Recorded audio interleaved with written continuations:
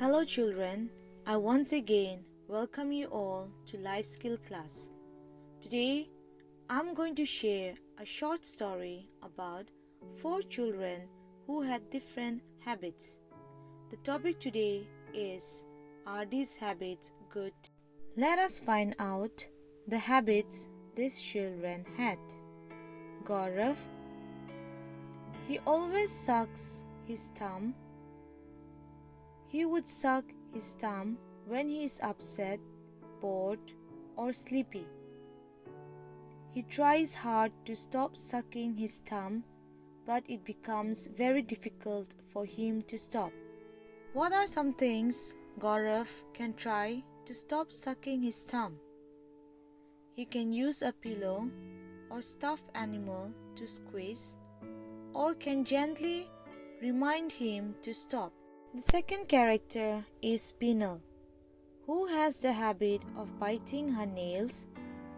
Her mother tells her to stop biting her nails, but she keeps doing it. So think of 3 things Pinal can try to stop biting her nails.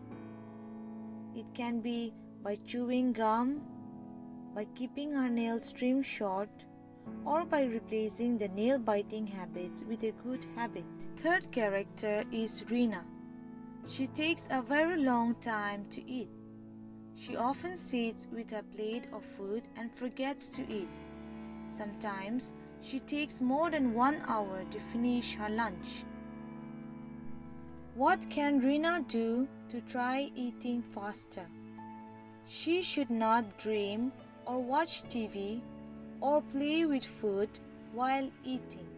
The fourth character is Sahil. Sahil has the habit of digging his nose very often. His father told him that it is very rude to do so, but he keeps forgetting. How can Sahil remember not to dig his nose? By either realizing that his pointer finger is spelunking the nasal cavity, or by keeping his hands occupied. So children, tell me, are these habits good? No. Sucking thumb, biting nails, eating food for a long time and digging nose are all bad habits. What did you learn from this short story?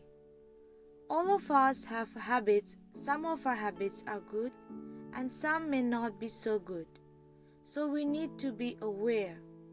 If someone points out one of your bad habits, listen to them. The second one is change your habit. It's not easy to change a habit, but it's possible if you try. The third one is know one way. There are many ways to change habits. Try different and choose the one that works for you. So that's all for today. I hope you have understood.